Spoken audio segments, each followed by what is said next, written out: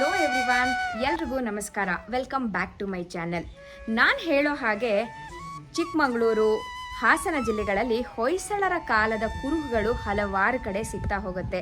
ಅದೇ ರೀತಿ ನಾನಿವತ್ತು ಬಂದಿರೋ ದೇವಸ್ಥಾನ ಮರ್ಲೆ ಚೆನ್ನಕೇಶವ ದೇವಸ್ಥಾನ. 11ನೇ ಶತಮಾನದಲ್ಲಿ ಹೊಯ್ಸಳರ ಕಾಲದಲ್ಲಿ ನಿರ್ಮಾಣವಾಗಿರುವಂಥ ಈ ದೇವಸ್ಥಾನ ರಾಜ ವಿಷ್ಣುವರ್ಧನ ಇದನ್ನು ನಿರ್ಮಾಣ ಮಾಡಿರೋದು.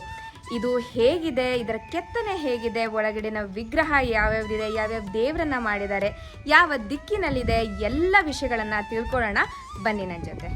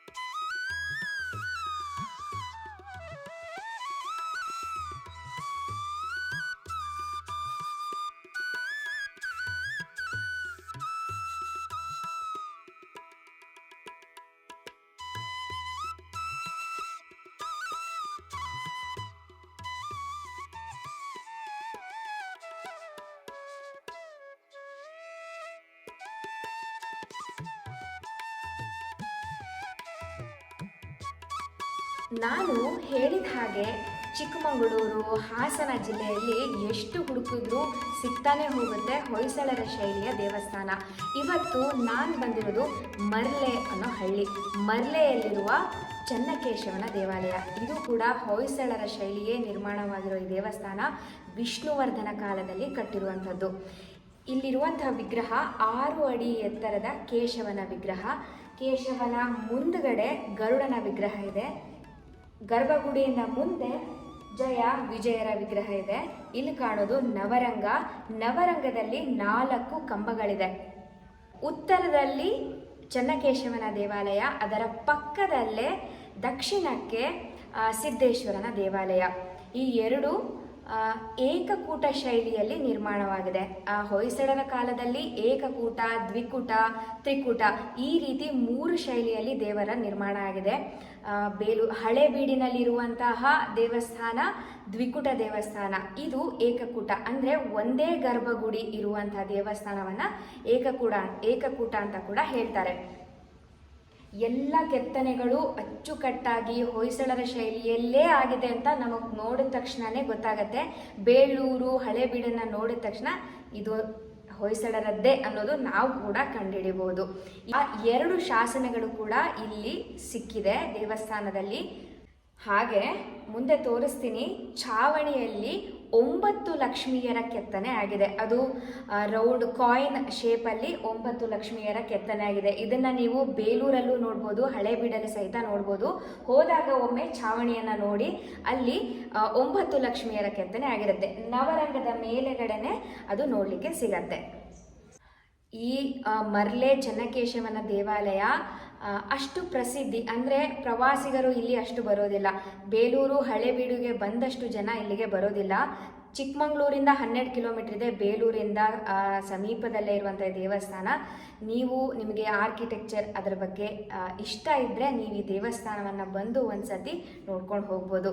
ಕಳೆದ ಬಾರಿ ನಾನು ಬೆಳವಾಡಿ ದೇವಸ್ಥಾನವನ್ನು ಸಹಿತ ತೋರಿಸಿದ್ದೆ, ಅದು ಅಷ್ಟೇ ಅದ್ಭುತವಾಗಿದೆ.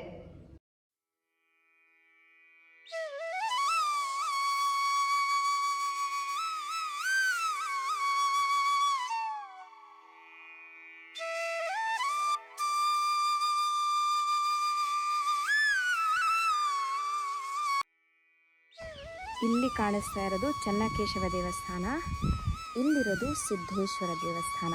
ಇದು 2ರ ಮಧ್ಯದಲ್ಲೇ ಇಲ್ಲಿ ಸಿಕ್ಕಿರುವಂಥ ಶಾಸನವನ್ನು ಸಹಿತ ಇಲ್ಲಿ ಇಟ್ಟಿದ್ದಾರೆ. 2 ಶಾಸನಗಳು ಇಲ್ಲಿ ಇದೆ.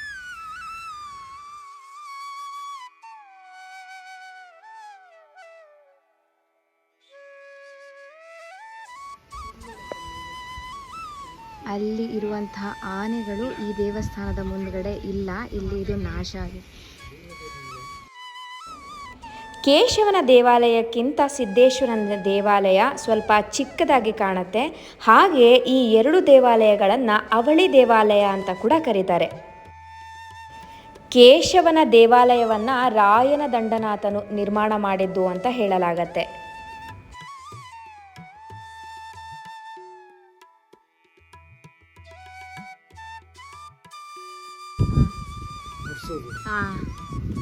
ಇಲ್ಲೂ ಅದನ್ನ ಮಾಡಿ ನೋಡಿದ್ದಾರೆ, ಅದೆಲ್ಲ ಇದಾಗಿದೆ.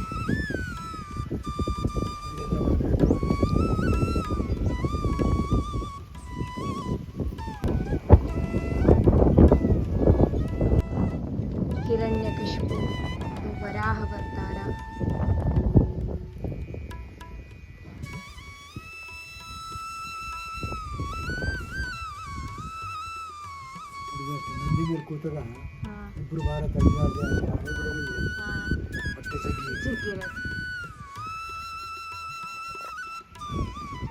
ಸಿದ್ದೇಶ್ವರ ದೇವಸ್ಥಾನದ ಹೊರಭಾಗದ ಗೋಡೆಗಳಲ್ಲಿ ಈ ರೀತಿ ಕೆತ್ತನೆಗಳನ್ನು ನೋಡಬಹುದು.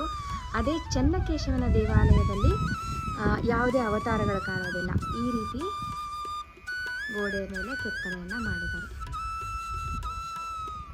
ದೇವಸ್ಥಾನದ ಮುಂಭಾಗದಲ್ಲಿ ಯಾವಾಗಲೂ ಆನೆಗಳನ್ನು ಕೆತ್ತನೆ ಮಾಡಿರ್ತಾರೆ. ಯಾಕೆ ಅದು ಅಂತ ಅಂದರೆ, ದೇವಸ್ಥಾನದ ನಿರ್ಮಾಣದಲ್ಲಿ ಆನೆಗಳ ಪಾತ್ರ ತುಂಬಾ ದೊಡ್ಡದು. ಯಾವುದೇ ಭಾರವಾದ ವಸ್ತುಗಳನ್ನು ಆನೆಗಳೇ ತಂದಿರ್ತವೆ. ಅದಕ್ಕೆ ಪ್ರಾಮುಖ್ಯತೆ ಕೊಡಲಿಕ್ಕೋಸ್ಕರ ಆನೆಗಳನ್ನು ಮುಂಭಾಗದಲ್ಲಿ ಕೆತ್ತನೆಯನ್ನು ಮಾಡಿರ್ತಾರೆ. ಈ ಚೆನ್ನಕೇಶವ ದೇವಸ್ಥಾನದಲ್ಲಿ ಕೂಡ ಮುಂದೆಗಡೆ ಆನೆಯನ್ನೇ ನೋಡಿದ್ದೀರಾ. ನಾನು ಹೇಳಿದ ಹಾಗೆ ದೇವಸ್ಥಾನದ ಮುಂಭಾಗದಲ್ಲಿ ಈ ಆನೆಯ ಕೆತ್ತನೆಯನ್ನು ಮಾಡಿದ್ದಾರೆ. ನೀವು ಮುಂದಿನ ಸತಿ ಚಿಕ್ಕಮಗಳೂರಿಗೆ ಬಂದಾಗ, ಅದರಲ್ಲೂ ಬೇಲೂರು ಹಳೆಬೀಡನ್ನು ನೋಡಲಿಕ್ಕೆ ಬಂದಾಗ ಮರ್ಲೆ ಚೆನ್ನಕೇಶವ ದೇವಸ್ಥಾನವನ್ನು ಸಹಿತ ನೋಡಲಿಕ್ಕೆ ಬನ್ನಿ.